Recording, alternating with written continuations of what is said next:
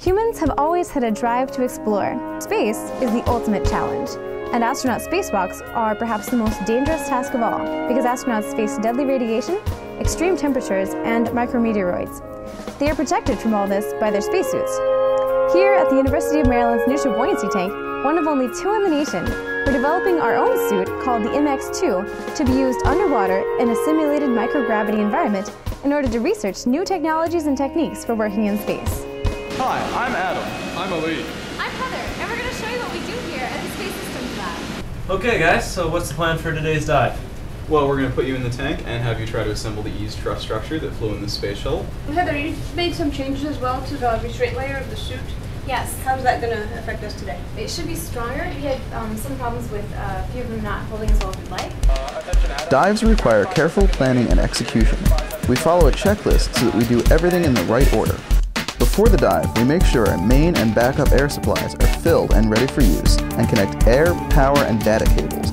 We also turn on lights, cameras, and recording software. Getting into the suit is harder than putting on ordinary clothes and requires some help. When the subject is ready, we close and pressurize the suit, then put it in the water with a crane. Scuba divers are also in the water for safety. During the dive, we monitor the suit and record data.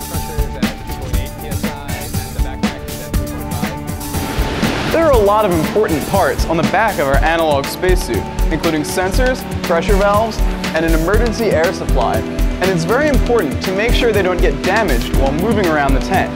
The backpack on our suit is designed to do just that. The air coming into the suit is split 3 ways, between the suit itself, the electronics box, and the air-fill seal in the hatch. These devices here, called regulators, control the pressure in each of these lines. The air enters the suit above the subject's head and leaves through the back. The positive pressure inside the suit means that air bubbles out instead of water leaking in. To monitor how the suit subject is doing from the surface, we need several sensors on board the suit.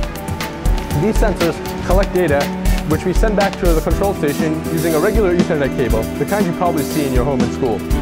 Our suit uses a Mac Mini computer. It keeps track of all of our sensors and lets us know how the suit is holding up.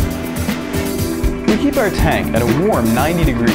This temperature is just right for divers whose skin is touching the water. But for our suit subject, the heat can get uncomfortable, especially during hard work. That's why our test subjects wear a liquid cooling garment, just like real astronauts.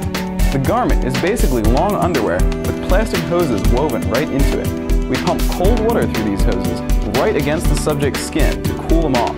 The gloves, like the rest of the suit's fabric parts, are designed so that there is less tension in the fabric at the joints.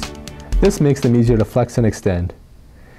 We're developing a technology that can be used to move robots from far away by gesturing, so that if I move my arm like this, then the robot will also move its arm like this and perhaps hand me a tool as I repair something. So how do we do that? Well, we shine a light down these fiber optic cables to a measurement device called a photodiode that measures the brightness of the light and how it changes as I move my arm. Then, once we do that, we send the data to the robot, which will also move its arm in the same angle. We're working on several other exciting ideas for future research too. One idea is to use biosensors to measure the subject's metabolic workload, or how hard they have to work to complete tasks. We're also working on an extra weight vest to simulate partial gravity, like on the Moon or Mars. That's it from the Space Systems Lab.